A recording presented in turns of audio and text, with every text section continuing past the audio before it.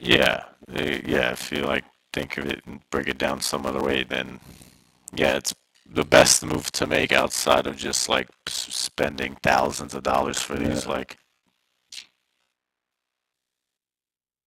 No, there was a yeah. guy joining like the server. He is from that project. He DM'd me a little bit about it because I never heard about it They've before been huge, until bro. yesterday or They came a right week after ago. Cyberpunk's Elio Yeah, trade but wanted to create a I'm community. always super suspicious Nah, about stuff like that, like what they do there, and it's always a little bit suspicious for me.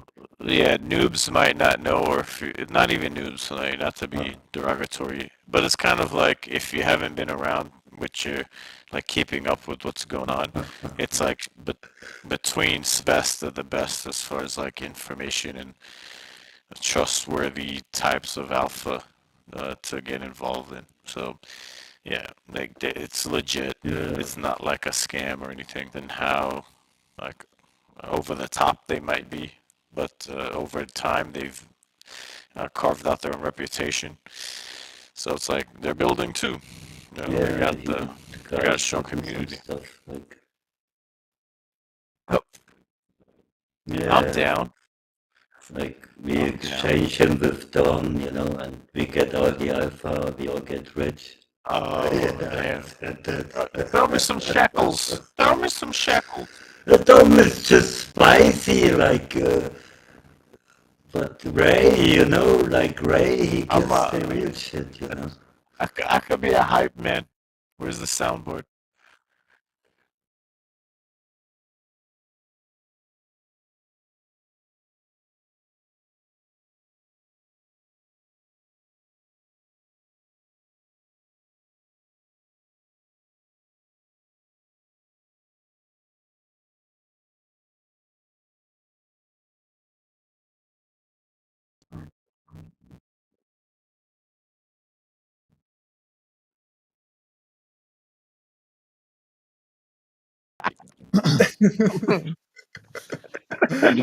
Oh, Yeah, bro, I like this. I like where you're If we going. go off schedule, we go off schedule, man. Thank Like, you. uh, No, I'm fine. I'm cool with that. But yeah, welcome to the Atlas Brew number 91. Also, welcome Dominic Bain. How are you, sir? doing fantastic, doing fantastic. I won't take too long with my intro, but I'm excited for everything going on in the Star Atlas ecosystem, the Star Atlas universe. I'm excited to hear from Chris.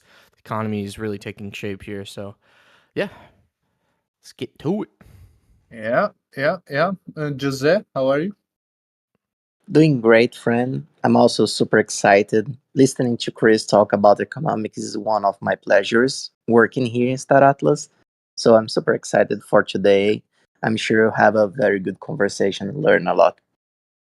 Yeah, absolutely, absolutely. But as always, let's do some noteworthy news first on everything that has been going on around the Sir Atlas universe. First of all, we had a close to $1 million weekly volume for our marketplace. I think it was $886,000, according to the AFIA report, in just 1 week.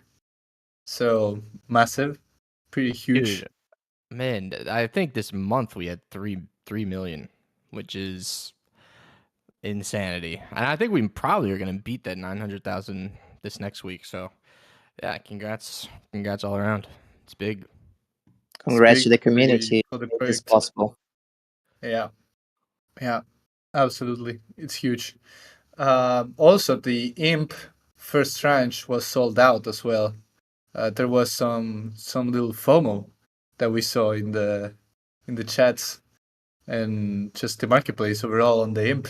So yeah, the first tranche was sold out for the Imp. That's another huge one. And that day, actually, the marketplace made $350,000 in volume in just 1 day. So another huge one for how things are shaping up in the Star Atlas economy as well. So yeah, pretty big as well.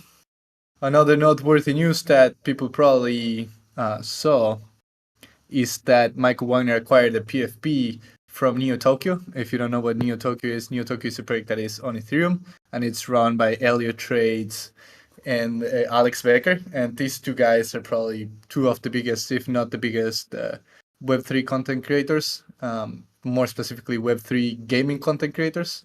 And I think they have a pretty huge voice also, like in the ecosystem as a whole, and they will only continue to grow just because of the quality of what they do. And it's good to be closely aligned with the community and project like Neo Tokyo. So Yeah, Neo Tokyo for people who don't know is a PFP project, basically like Santi said, run by two of the biggest Web3 content creators, and they're aiming to kind of be like the behind the shadows Illuminati kind of thing with Web3 gaming. Basically, they're aiming to help create the Ready Player One kind of experience.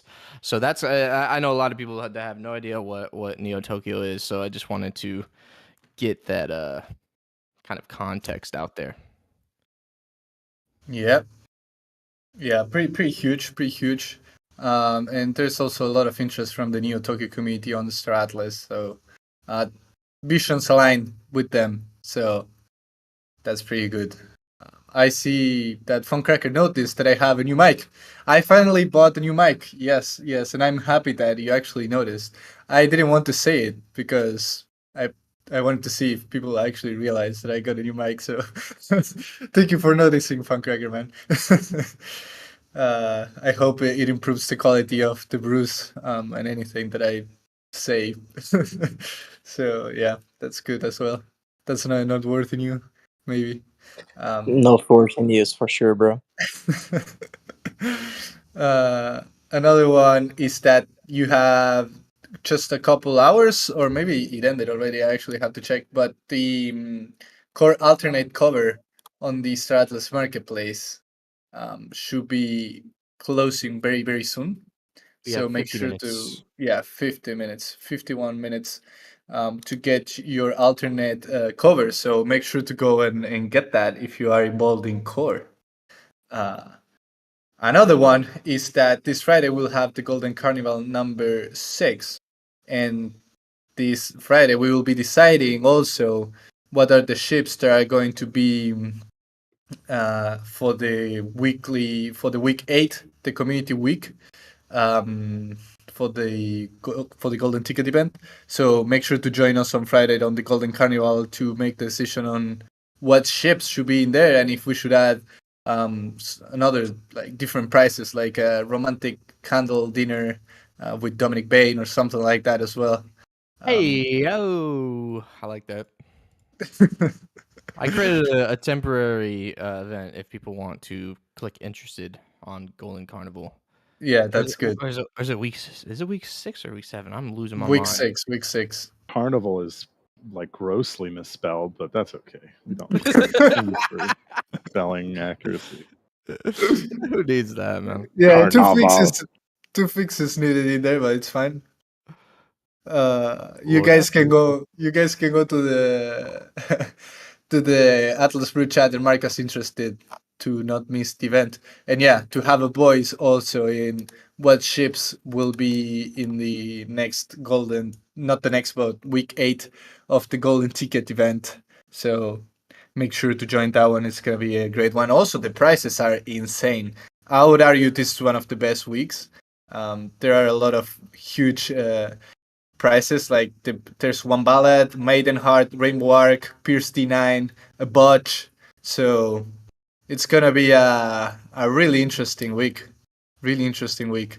I want to see how many golden tickets actually get submitted. We have some regular players, but we always have someone making a move for a specific week. So really looking forward to that. There really is someone every week who goes all in, huh? It's like every Yeah, week. yeah. I mean, if you're here this early, you're probably used to a little bit of risk. So, yeah. But on another topic, but still on noteworthy news, there was a pet that Jose. Can you tell us a bit of the story of this pet? Sheesh, you are giving away everything already, bro. Come on, bro. What? I'm just don't put me on the spot like this, Jose. The I'm only just doing thing what that I I have to shared do. was that a creature emerged from the sea of mists, bro, and you're giving away everything already. Oh, I shouldn't have said Ted, right? No, that's all right, friend. So yeah, Yeah. we have a new pet coming to Star Atlas. The first one since Tigu, and that one is called Puri. I'll put it on the share. Puri. Dominic Bain was fast with the picture. Yeah, Dominic is, bro. That little girl, she's super kind and cute. I love her. So please don't be mean to her like some people in Foundation Room and Santi as well. Santi didn't like her, No, but no, no, no, no. Don't but say that, she's super Jose. cute. I She's think we super nice. I Yo, think we can we have get a to And make poll? the Yo, poll. can we get a poll? Like, this is actually a big debate internally right now. Is Puri cute? Yes or no? That's please repost the image before Dom, if you can, in Yeah. the Atlas Brew chat. There are mixed opinions on this one, guys. Internal debate. Is Puri cute? Yes or no? I just posted the Absolutely. poll on the Atlas Brew It's chat. not even close. It's one of the cutest things I've ever seen in my entire life. There's no way. There's no Is it? way. Is Yes, it? absolutely. Look at that. It looks Dude. like a bro, come on, my bro. my dog ate a torn up squirrel Don't yesterday, you dare like the say this, insides, and that's Chris. kind of what it looked like. I'm just saying. He's been having horrible stomach problems ever since. Bro, bro, kick Chris from the chat, bro, right now, bro. Dude, this is just getting out of line. This is getting out of line. Getting out of line. I'll call Kelsey right now, bro. Yeah, I am not gonna say what I think.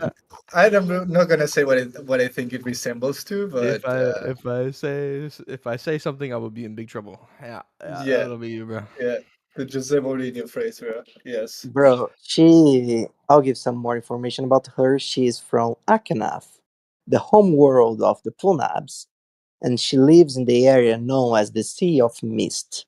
So, yeah, she's a very interesting creature, and she's going to appear in Neveralone Lore Mission 3.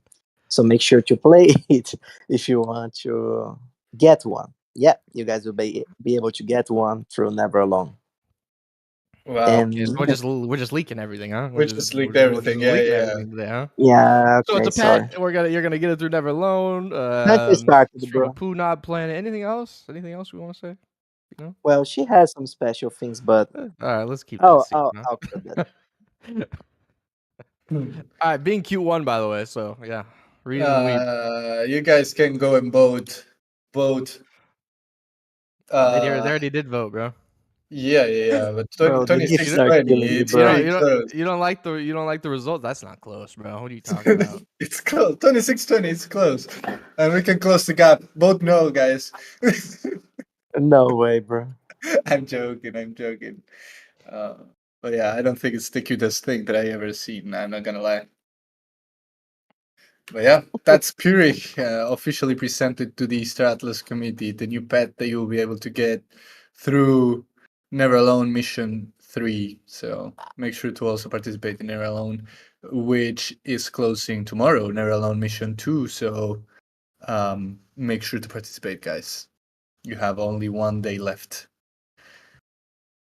I think we cover pretty much everything. Dom, Jose, as always, I will ask before moving to the next topic if I missed anything here. No, I think we got everything, No, man. I think you got it. I think we're ready to Yep. get into the main course. Yeah, let's get to the main topic. So for the main topic, as you guys see on the event title, we will be talking about the Star Atlas economy and already introduced him and you guys know him already. We have Chris as a guest today. And we have a bunch of different things that we wanted to chat about with you guys. We're mainly just getting you up to speed on how everybody has been following pretty closely, but it's good to have like just the point of view from our head of economy as well, and how this Atlas economy is developing. What are the things that we are seeing, and also just understanding some feedback from you guys on how we are communicating, how you feel we are communicating the updates that we have on the economy side as well. So, welcome again, Chris.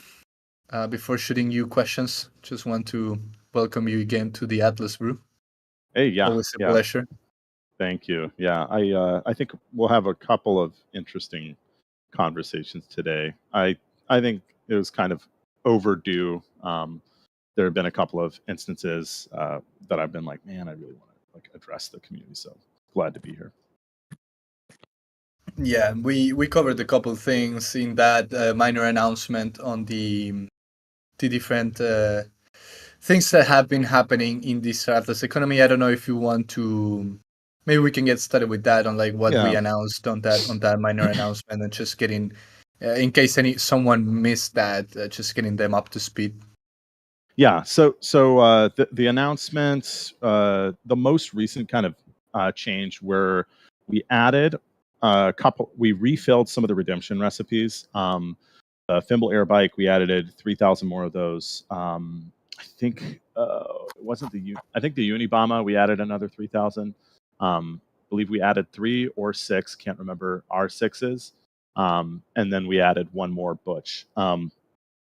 Interestingly, what we're seeing is because Atlas is doing really well and people are moving to score to start getting their Atlas emissions again.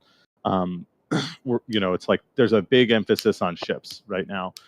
So we're actually seeing people focus more on like just yield than we are focusing on maybe a cool ship. So that's one thing that we're noting, and something we want to try to address, the fact that like the Mamba X and the Calico Max Hog have been there for almost 3 months now, and we're trying to think, okay, how can we rein the economy in? So we've all seen the very explosive growth in the ecosystem over the last quarter, both in the relative value of Atlas and the outside world, but also just in terms of the purchasing behavior and the excitement in the markets. One thing I did want to note in terms of the markets is like we did almost, actually we might have done, in terms of our volume this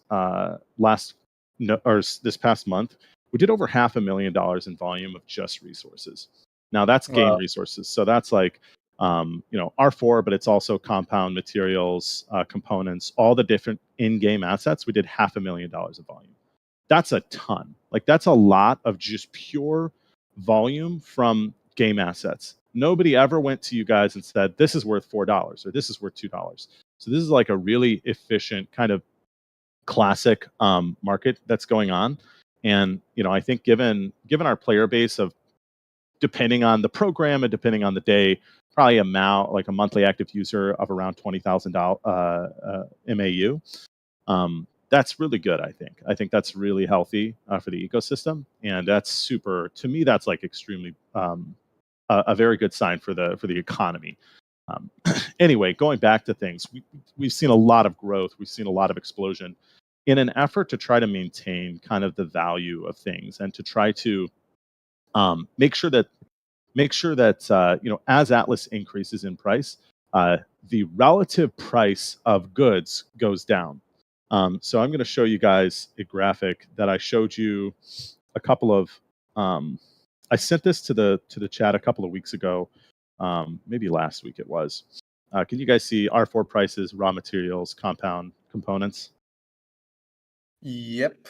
So you'll notice that right around the time that the Atlas price kind of went ballistic, and I'm talking about that jump to 0.7 of a cent, that's when the price of goods in game started increasing in almost every category: raw materials, compound, and R4. But it was kind of declining in Atlas. Now that's because, so you can think of this as like the USDC price, which is in green. That's the real value of these assets. The real value of game goods was actually going up, but the value in game, when you look at it from Atlas point of view, is going down. Well, that's because Atlas was gaining its buying power. All of a sudden, one Atlas is worth a lot more than it was a week ago. So, in order to try and combat this, not necessarily combat, but make sure that prices don't kind of overreact to this. What I wanted to do was I wanted to increase the scarcity of goods in the game. Now, this is going to make sure that the price levels stay stable, and you can see right around that change, which happened on December 1st, you can see all the prices kind of have a reversal of that negative trend. So everything is on its way back up, with maybe an exception of raw materials, which is flat. So we're starting to see Atlas prices stable out. Now, part of that's because Atlas has stopped, going up, which is definitely helpful. The other reason for the changes, and I guess I haven't even mentioned the changes yet. The changes were a reduction in the R9 emissions rate by an additional 10% from origination. So now we're at 0.7x origination slabs emissions rates for R9. So we did that. Kind of just another attempt to reel in R9 production and bring it closer to the SDU equilibrium. Because SDUs and R9 are completely disjointed, which isn't necessarily favorable. That's not ideal. We kind of want everything to be together, but because SDUs are the hard governor in the economy, they have to have a hard cap. So because of that hard cap, they're kind of, you can think of it as a computer. Every computer has like one piece that's constraining the whole system, and you want to make sure that all your pieces are kind of equivalent. If you have a really good CPU and a really terrible GPU, that's no good. Or if you have really good CPU, GPU, and no RAM, that's also no good. So the idea is to try and get everything kind of at a level playing field. So that's one of the reasons for the reduction in R9 emissions rates. But that also is going to help these prices. Okay. The other thing that we did was we increased the Atlas emissions, the Atlas crafting fee in the marketplace, or in the crafting market. So what this meant was we went from a 5% fee on 7-day trailing VWAP, 7-day VWAP to 10%. Now, this actually resulted, by my estimation, especially now, by less than that 2x change. It was from I just did a spot check. I think it was more like probably like a 1.75x increase in the fees. But this is essentially this is to try to support Atlas as it gets into this kind of new equilibrium. So it's kind of reached this new seemingly a new steady state. Who knows what's going to happen? But we want to try to account for the fact that Atlas has gone up in relative value. So one of the ways we do that is we can start to support that by increasing the sinks of Atlas. Now, it's not like the Atlas is being burnt. It's just going straight into, to the Dow. So that's the idea there. People are extremely you can think of people as rich. And we wanted to kind of say, okay, like let's. It's very similar to what the Fed does when inflation gets out of control. When inflation is really high and prices are going up because people are spending a lot, they kind of say, whoa, let's pull this back a little bit. Let's pull in the reins here. So you can almost think of this as like an interest rate change, but maybe not quite. So that was the motivation behind the different changes. So we had that Atlas fee change. I also just wanted to have more Atlas sinks. I think that given the kind of the early stages we're at, I'm not convinced there's enough Atlas sinks. Everybody wants Atlas to be like, if Atlas could be the currency that's used like in all video gaming, that'd be awesome, right? We want it to be a useful, powerful, important currency. So that's another reason I said, okay, let's increase this sync, because there's just not enough Atlas syncs in game right now. That's one of the main ones. There are a few other ones, but yeah. So the idea was try and increase the sync there. So it was a very, very kind of complex, multi-armed, many moving pieces behind this change. And it was also anticipatory. So we still have some more changes that we're planning on rolling out before the end of the year, in addition to the changes. But I'll stop talking if there are any questions in terms of the changes, what happened, why we did that. Yeah, let's see if there are any questions from the audience. Let me check the chats really quick. If anyone has any questions you want to unmute, please feel free to do so. If not, we can keep moving, Chris. But I think you explained it very, very clearly. One thing that I really like is the $500,000 in volume in just resources. I Yeah. didn't so pretty huge. I think that that's like our best metric of what GDP classically measures. You know, like it measures a whole bunch of stuff. It measures, what's the rate of trade between players. It measures how much is being produced and how much is being traded. And we've seen that number just increase every single month since we launched Slabs. So it's a really positive, important metric that I'm super, super happy to see. Hmm. Yeah. So, Uh, Santi, do you think we should just talk about kind of that communication, yeah. schedules, that kind of thing? Yeah, I don't I know if you think have so anything to because say. also like the questions that are coming in are similar to that. We have a question: is there a formalized process to notify the gamers within the game that things are changing? Another question: each time Atlas price goes up, that fee will increase, or how will that work? Um, but I think we can get on the Yeah, yeah. on that feedback that we wanted to get from the community. Okay, so before we jump into that, one thing somebody said here, like, oh, increasing the crafting fees is going to be good for the long term and future stability, and I think that's one of the tough things to understand. I've been using this example of like price times quantity is equal to the value. So when people are experiencing these changes, initially they're scared and they get upset because quantity changes quickly, and all of a sudden they're like, "Oh my gosh, like the Q went down. I'm screwed." Sometimes Q goes up, right? Like sometimes, and we try to couple these seemingly negative shocks with also positive stuff. So this is a negative shock, but it is going to lead to positive growth over time, right? It's going to be net beneficial for the coin. So let's say tomorrow, we were to slash Atlas emissions and score by half. Theoretically, assuming that everybody's still confident and feels great about assuming nothing else changed except for that we reduced emissions, the value of the token actually goes up because there's fewer tokens to go around. So it becomes more scarce. So assuming it has that underlying utility and that utility hasn't changed, and the same number of players are still interested in it, all of a sudden, all we've done is slash the issuance, which actually increases the scarcity and should result in a positive, token price. Now, or a positive change to token price. Now that's in the long term. So what is everybody going to think in the short term when all of a sudden their Atlas emissions are slashed by half? They're going to be like, what the hell? Like this sucks. All of a sudden I'm getting half of, but they don't realize kind of the positivity of that long term growth. And my goal over time is that like with these changes will come economic prosperity, so that people will go, oh, I like trust what's going on. This is for the best. And one of the, I'm pretty hands off. I try to be hands off as much as I can, but the token price is definitely a big thing that we're going to have to deal with in the future. I'm a big proponent of the token price as a gameplay mechanic, so I don't want to like fuck with everything just because the token changed. But this was a particular instance where I was like, okay, there's a few changes that are kind of built up here that we want to initiate.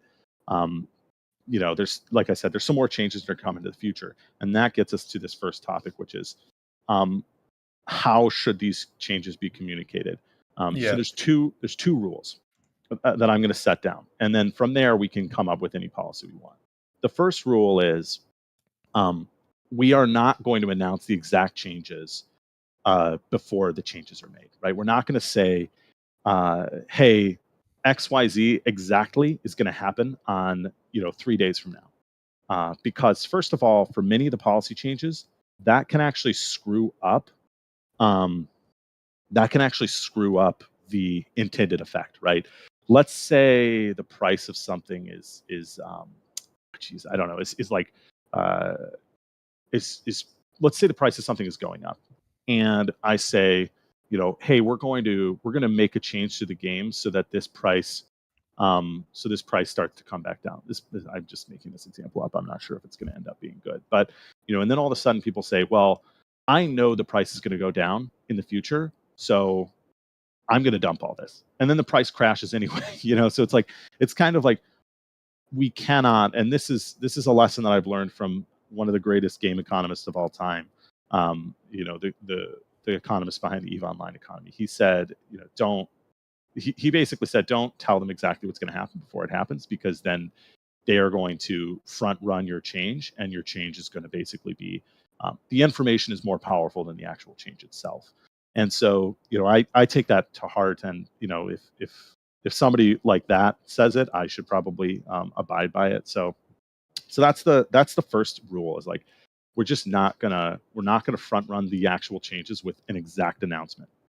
The second rule is I do want to. I don't remember what the second rule is. I should have written these down.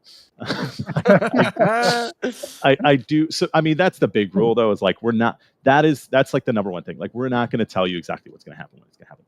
The second piece here is, though, I want to get on a regular schedule so that people have confidence, right? So, like, Wizards of the Coast, when they're making bans to Magic the Gathering cards, there's a set schedule. People know that if there will be bans, it will happen on such and such date. Okay, so that's the first thing that we're going to do. Is I want to make sure that everybody's confident in the schedule and knows, like, oh, if there's going to be a change, it's going to come out on this day. The other thing that I think would be cool is to have an announcement to the announcement. So say on Friday, we will announce a change.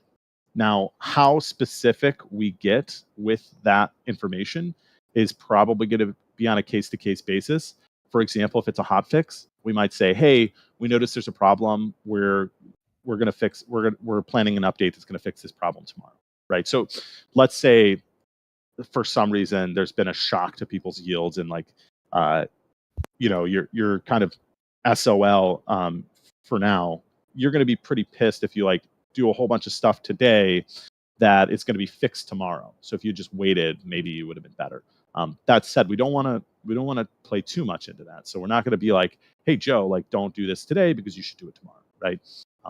Half of the economy is like, if you knew everything that was going to go on and you knew what was going to happen tomorrow, you'd be a millionaire. I don't want to play God. So my rule is like as level a playing field as possible. So anyway, those are kind of the two things. Like, have a set schedule. We are not going to, though, announce the exact changes before they happen. Those are the two kind of rules. I don't know. I have a quick question for you, Chris, and it's about like a set schedule. In your eyes, what would be the how often would that set schedule be utilized? Would it be weekly? Would it be bi-weekly? Would it be monthly? I think that's kind of my first question, and I'm sure other people might have that question, but any thoughts there? Yeah, so there's a bunch of different components here. So the first thing is, once we do establish a set schedule, there will be some sort of business cycle that follows that schedule, right? Like, it's kind of like how there's a business cycle for the fiscal year. There's a business cycle around when announcements are made, when companies release their W-10s or whatever those things are called. So there is definitely a big market component that will come from this, and we kind of have to accept that. So the question would be, okay, what's the optimal time that's going to have the least impact? Not that because the idea is to minimize the impact. The only change ideally that happens is the change that came from the change, not the change that comes from speculation and opinion and a whole bunch of craziness. Though that is a fun part of this whole entire ecosystem, right? Like, that is a part of the fun. I don't want to deny that, but I also, I don't want to, like I said, play God, even though Virtual says I do. Okay, so in terms of the timing, I think weekly makes the most sense. I think unless it's a super emergency, we would probably just commit to like a weekly change on, I don't know, like Tuesday or Wednesday or something. Probably my intuition says that changes should happen on days with less traffic. So like the days where, you know, maybe it's like a Tuesday is the best time to make these changes. I don't know. Gotcha. So you're saying let's just say theoretically we have changes every Tuesday. You're saying there will be changes every Tuesday, or people should expect that if there are changes to happen on Tuesdays? Yes, exactly. So if there were to be a change, unless it was like, you know, 2008 crisis level change, which in the crypto world happens like every 3 months, but unless it's some sort of crisis, we stick to that schedule. So we say, okay, guys, announcements or changes happen on Wednesdays. Announcements, if there will be a change, come out the previous Tuesday or the Tuesday before. Mhm. That's the idea. And that's kind of my internal model. I want to get the thoughts though. I see Bodhi in here. He's like, well, just let it be an unspoken schedule. That way, people who are paying attention would know, kind of a gamification. I like this, but at the same time, I don't know. I don't know. Like, it'll eventually be figured out, and then it's not really a game. It's a very short term game. It's kind of like rock paper, or it's like tic tac toe. Once you figure out the solution, it's not really a game. Yeah, people are saying it's basically a weekly maintenance window. You don't always need Yeah. to use the window, but if you do make any changes, they happen during that window. Um, Pretty much, right? But for Yeah. economy. Yeah, exactly. And I think like it's up to there will be a meta game that comes from this, where people are like, okay, given what's happened in the last week, and you know they announced that there's going to be a change on Monday, what do I think is going to happen? And that's definitely that's an equilibrium, or that's a game that's going to be played by people. There's nothing we can do with that. Yeah. But that I prefer that much more over here's a random change and everybody goes, oh my god, like what's happening? Because that type of a shock is there's a trade-off. It's like, okay, do you want like complete blindness and a bigger shock, or do you want a smaller shock but potentially more gamification? That's the question. Yeah. No, that's actually super interesting. I want to see like what people think about this, because we're pretty much shaping this up together with you guys, and based on your feedback as well. Since we have Chris here, um, basically, if you are here now and you plan to continue to be involved in Star Atlas, you have to understand that there are gonna be measures taken, levers pulled by our economics team, and get used to that. So we're basically now shaping up how that gets communicated to you in real time. So it's pretty important to hear feedback.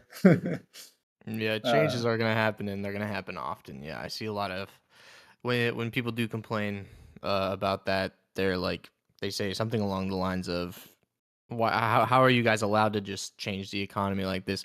We're building an economy, and to build an economy that is sustainable, we need to make changes when those needs arise. So I hope everyone understands that changes will happen, and like I said, they'll happen often. People are saying embrace the chaos now. Should we make a poll? Chaos or organized announcements? Yeah, I mean, I guess one thing I will say with respect to the changes is, there's a lot of like, for the loudness, we didn't see a dip in activity. We saw, in fact, more intense activity. Like after the change, I was a little worried given some of the feedback I was seeing in the community. I was like, oh man, like maybe people are really, not able to see the long term, and they're just kind of in this short term mindset, which people are. Don't get me wrong, but fortunately, once I saw that data, it was clear that everything was working as intended, um, on a macro level and on a micro level. Because I'm always interested in measuring. The macro might look good, but the micro looks terrible, right? So you always want to measure per capita in addition to overall. Moonmonger, what are your thoughts on porting as primary use case for all resources, craftables, and how you will handle retaining value for them in the future. Yeah, I mean, with games, people are always going to hoard stuff. Like, anytime I go through a single player game, I've got so many potions and swords and like equipment saved up in my inventory that I'll never use ever, and they're all consumable. So that's a natural like human tendency, is to hoard stuff, and I think that's perfectly fine, right? We want to account for the fact that people are. There's no way we're going to have a net zero R9 emissions in the game. Like, that's impossible. There's always going to be like an outstanding supply. I think the bigger question is maybe you could ask, okay, what should that supply be on average per capita? And maybe there's a healthy per capita, reserve. But yeah, there's nothing. One thing I will say with respect to like hoarding is the prices in the marketplace are very strong right now for in-game goods. Now that's because we have redemptions and we have the raffle.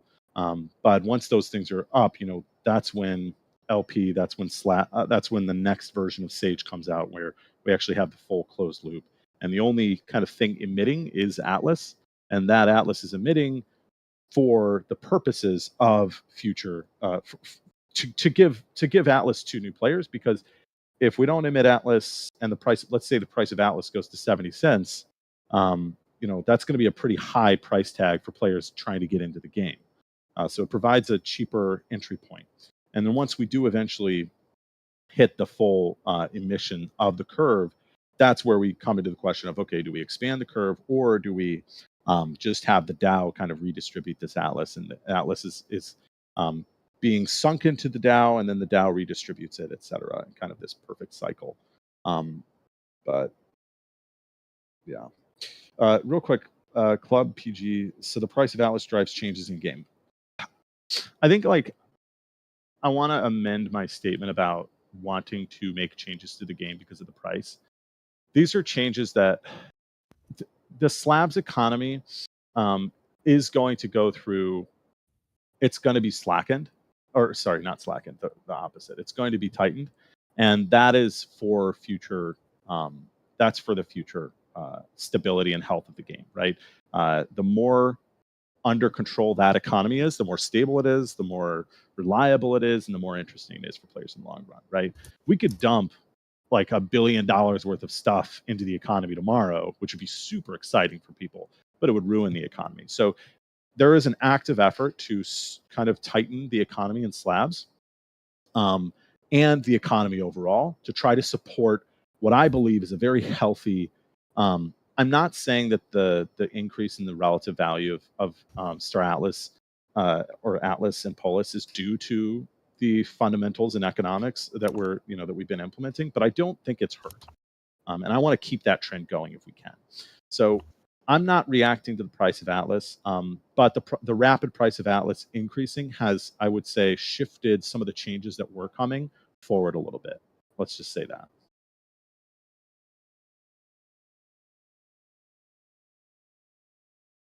Yeah, this guy sounds super interesting. Super interesting. Yeah. I really like this. 10 to the 20. Sorry, go for it. Sorry. Real quick, this one by 10 to the 24 stars. Change is good. Agreed with most of what you said regarding changing to short term versus long term. However, please, can you declare the goals of your changes? For example, the Fed declares that their goal is 2% inflation. So what's the goal for Atlas? Some sort of stability. Define. This is, I think, another huge piece of this conversation that we probably don't have time to get into today. But the white paper obviously provides a lot of context for the goals. But in terms of the game microeconomy, the game in-game economy, there's definitely some stuff that I think should be, and maybe a new kind of statement or a new paper is in order. I definitely agree with that. I think that needs to be a little bit more clear. I will say very broadly, our goal is stability. Our goal is stability and growth, so that when new players come in, there's an economy for them, and when players leave, there's an economy left over when they leave. That is ultimately my goal. My goal is price stability in all Star Atlas assets. obviously like long-term stability. I'm certainly not trying to change. I want the Star Atlas economy to flourish and be just fine if Atlas goes, whatever, regardless of what happens to Atlas, essentially. So I don't think I have a lot of control over Atlas other than by creating a good, solid game economy. I really like that question from him from 10 to the 24th power stars. I think what would make the most sense from what I've heard from everyone, from what I've heard from you, Chris, what I've heard from the community, is things happen. If they are going to happen weekly on a Tuesday, you announce, like, maybe, like you said, you don't get specifically into the changes. Maybe it's case by case. And then with those changes that you say on that Tuesday beforehand, you give a little bit of a, like, why this change is going to be made. And people know that it's gonna, if something's gonna happen, we're gonna talk about it on Tuesday. If we do talk about it on Tuesday, they're gonna know they're gonna have some kind of context to why you're making that change, and then the change will happen on Wednesday. Is that kind of like a route that sounds good to you, Chris, or is the context on Tuesday too complicated? I know you said that you don't want to give the exact numbers, but even without the exact numbers, do you think you'd be able to kind of give like a goal of like these changes? Yeah, I mean, probably not right here, right now, but I definitely do. I do want to. So the thing that's missing from all this is the fact that we do eventually need to shift over from score emissions to slabs emissions, and there's a big change that is coming. That all these changes were going to go out at the same time, but I prefer smaller shocks over bigger shock, like everything all at once. So the idea, behind this, and somebody in the comments, is being very reasonable. They're asking reasonable questions, Alpha Punk. How does this make sense without Atlas emissions and slabs? And the answer is, like, these changes were intended to preempt slabs Atlas emissions. So that is something that we are currently working on. Some alpha right there. Alpha alert. There's another comment that I saw earlier, Chris, which is from Jad. He says, "I would really like to see these announcements in game, specifically in labs, since that's where I spend all my time. I didn't know the changes until 3 days later when I tried to craft." And definitely, there's a lot of people that just don't check the Discord on a regular basis, but actually play Sage Labs. So just something like to take in. I think that's more of like a communication thing. I think we got to get, I think for sure, 100%, we need these updates to be like some kind of like pop up in game where like you get into Sage or you get into UE5 and it says like patch, I don't know, 2.4, and you can like read it in game, you can read it outside of game, you can read it kind of everywhere, but everyone has that information. Yeah. I think that's a really good point, Santi, for sure. Yeah, I like that a lot. Yeah, people are looking forward to that. Sector chat as well. That's gonna be really interesting. Proximity chat. I'm looking forward to that. There are so many like small changes that would make such huge like impacts on the economy. Like one of the changes we've been working on for a while, but we've got so much going on, it's just kind of taking a while, is USDC, or sorry, Atlas only pairs for in-game assets. That's one of the things we were actually going to talk about today. I wanted to see. Let's see if this has it. So ignore the asset prices here, but this is volume. This is quantities of only resources. So in-game components, compound material, consumable, data, and raw material by USDC and let me Atlas. interrupt you here really quick, so people, because there's a 50 max people limit on the stream. Oh, gotcha. So I'll just be just for people to know that I'm screenshotting this and sending it to the Atlas Brew chat. Oh, don't send it already. Sorry. So yeah. So I don't know. I mean, I guess I started to jump into the next topic. Do you guys want to kind of come to a little bit more synthesis on our last topic? I think we got it. I think it's fine. We have 10 minutes left, so let's keep moving. Yeah, that's kind of what I'm looking at. So there's a bunch of different small changes we can make to the game to really just liven up everything, right? Like localized markets are a big one. Spoiler, that is not going to come out before the end of the year. That's a huge kind of task in terms of the data, because all of a sudden there's 52 copies of every single asset. So one change we do want to try and squeeze out before the end of the year, in terms of just like kind of gameplay features, is Atlas only pairs on the marketplace for all in-game assets. And as you can see here, you've got USDC in yellow and Atlas in blue.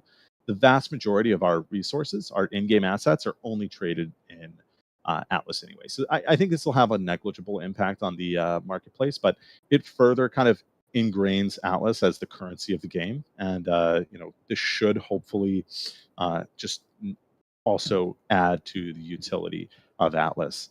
Because the whole purpose here is like, okay, we've got a real thriving economy. We have a thriving currency. Let's use that currency and let's really maximize the use of it. And that's another reason that the Atlas sync was introduced into the game. Okay, so that's one thing that we're hoping to get out. That's really just resource dependent. If we can get to that, that'd be fantastic. We'll see. No promises. I'm not an engineer, so I can't make these promises. But definitely something I'm trying to push for is USDC pairs or Atlas pairs only. Yeah, that's very USDC cool. pairs off. I'm sure people are looking forward to that as well. But like, I don't want to spoil, but we were chatting the other day, and you said that actually, like, most of the trades are already happening in Atlas, regardless, right? Yeah, and that's this graphic here, right? So already we have most of the quantities that are being traded. This isn't volume, this is quantity, but it's pretty closely related to volume. Vast majority of this is happening in Atlas. So 20 billion units of resources were sold in Atlas, and 200 million were sold in USDC in November. So we're seeing the quantities, of course, increase as the slabs economy becomes really nicely fleshed out, or I guess very active. But most of that trade is happening in Atlas, which I'm really happy about. And another thing that will kind of like make this whole entire marketplace more interesting is localized markets, but that one's probably not going to come out until next year. And honestly, we're kind of thinking about like how complex is that, and do people like the idea of localized markets or not? I'm a huge fan of it because that's like how Eve's economy works, but it definitely is going to make things more complex. It's more fun for you, I guess, Chris. Yeah. More graphics to look at and decisions to be made. Yeah. Yeah, I mean, and that's why we're not gonna, like, especially with the quarterly report coming out in like a couple weeks, we don't want to like screw all of our data up, and all of a sudden it's like, hey guys, guess what? There's 52 iron like types of iron. At least that's the way it'll happen on the back end, like in the data. It'll all be iron, but it'll look like 52 different types of assets that we're gonna have to like freaking go crazy. I don't know how we're gonna do it. It's gonna be a nightmare.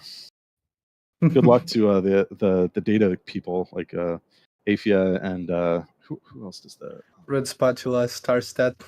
Yeah, those guys are going to be in for a fun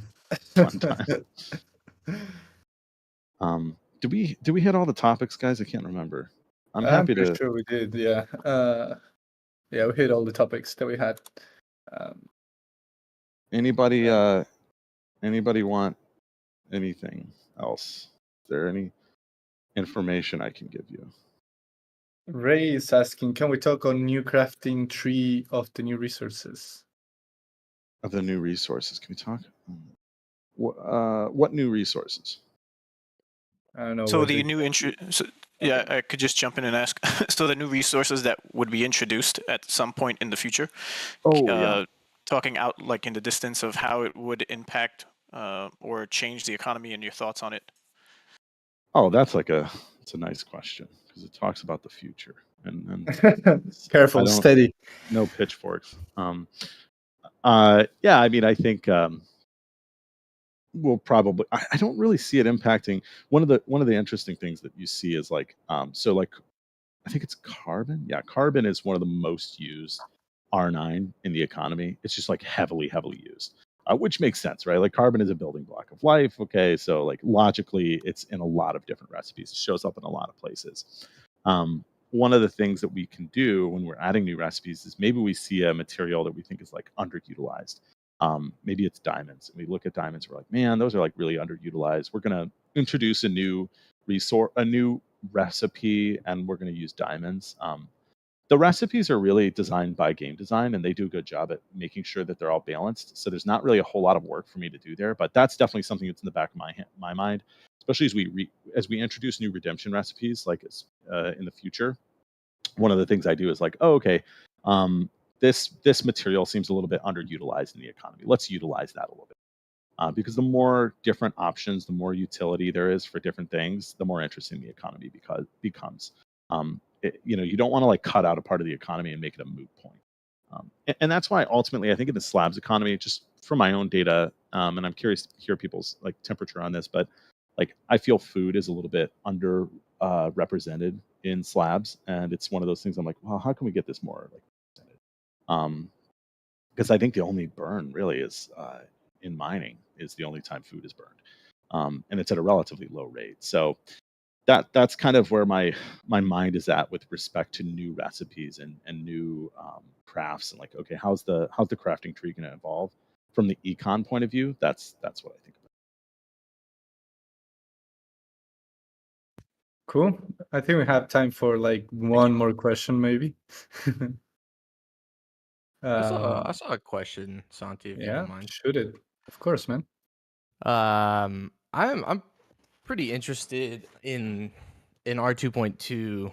Like I really do. I look forward to R2.2 is what I'll say. Chris, have you spent any time thinking about R2.2 at all, even if it's just very very early thinking? Yeah, I definitely have. One of the things that I've tried to think about is more probably on like the monetization side, and like the how can we attract users and make this the like, because the reality is, right, I'm more passionate about the deep economic game that underlies kind of like all the beautiful artwork and all the like ships and like the actual fun gameplay that people care about. I care more about the economy, right? I'm going to always care more about Sage than I'm going to care about UE5, just from an econ point of view, because the real economic behavior is probably going to be happening at the Sage level.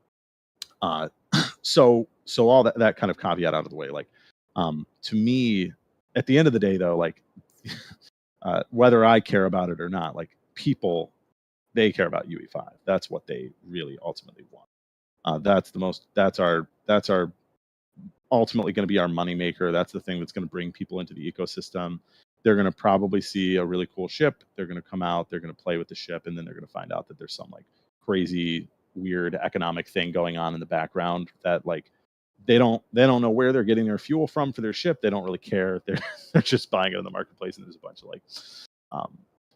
like these industrialists like in the mines making all this stuff happen. I have like a very very industrial revolution view of this. Anyway, so that's my kind of view economically. I think managing ships and managing economics is just going to be easier in slabs. So when I do think about Sage, or sorry, UE5, I think about it from the user acquisition, more of a marketing perspective. How can we utilize this to gain players? But I also do think about how can we increase, how can we certainly add in sinks and asset burn into the game, right? Like one of the ideas that I've been playing with is, something I think would be cool is to have R4 burn in UE5 as soon as possible. That comes with some complications, like especially from the game design side, where they're like, well, we want people to be able to play the game at least right now without having to feel like they're like burning through a bunch. But you could imagine a world where like you craft a ticket that gets you into a race in Sage, and that ticket you can be sold, and maybe it goes for like $10, $5, maybe it goes for 50 cents. And there are different tickets for different types of races that have higher scarcity. And the players have to either buy those or craft them, and then they take them, and then they're able to get into a race. That's like definitely the type of mechanic that I think I see us implementing. I don't know what the like large scale mining operations are going to look like in UE5, and I don't think it's going to be here for quite some time. So I picture like this extremely large industrial complex underneath the UE5 economy, which is like this gorgeous, beautiful, refined experience where hopefully there's as much crossover as possible between the Sage economy and the UE5 economy as soon as possible. But right now, I think like the only real connection is just the asset ownership. So like Atlas is going to have utility in UE5 just in terms of the marketplace. There's obviously going to be the whole entire like player progression system is going to be implemented. Ships have their presence in UE5. So yeah, which is already huge if you think about it. Like just having that same asset that you can use in UE5 and also in Sage, and just the crazy utility that it has compared to other NFTs, like what we have Star Atlas. It's pretty huge. And I kind of wonder if like there will be different ships that are more popular in UE5, right? Like I really like the way the Scud looks, but I don't think I would use it in Sage. The Imp is like the ugliest fucking ship on the planet, but I would definitely use it in Sage Labs. Like I'm not going to fly it around in space in UE5. I'm going to fly one of my sexy ships. So I kind of am curious, like, and we're already kind of pushing that direction, right? With the Racing League, you're going to have this ship that you kind of want something that's fast and looks cool. And the thing that looks cool and is fast is not going to be good in Sage Labs or Sage. So I definitely agree with that. Yeah, all the Imp owners right now getting the pitchforks out, Chris. I mean, you're welcome to fly that big giant clunky thing around. Cool. I think we covered the ton today, Chris, and hopefully it was useful for you also to get some feedback from the community, and also for the community to understand some of the reasoning behind our economic decisions, and also how we plan to communicate things with you moving forward. We will, of course, talk about this internally and then make a decision for everyone here, but definitely taking into account all the feedback that was shared with us. But again, just to be clear, like we are very early here. It's a real life economy that we have, and levers are going to be pulled, changes are going to be made, all taking into account that we are building this for the long term and trying to achieve long-term sustainability. So how do we do that together with the community without causing a lot of impact in sentiment and just overall feeling about Star Atlas? So is there anything you want to share before we break here?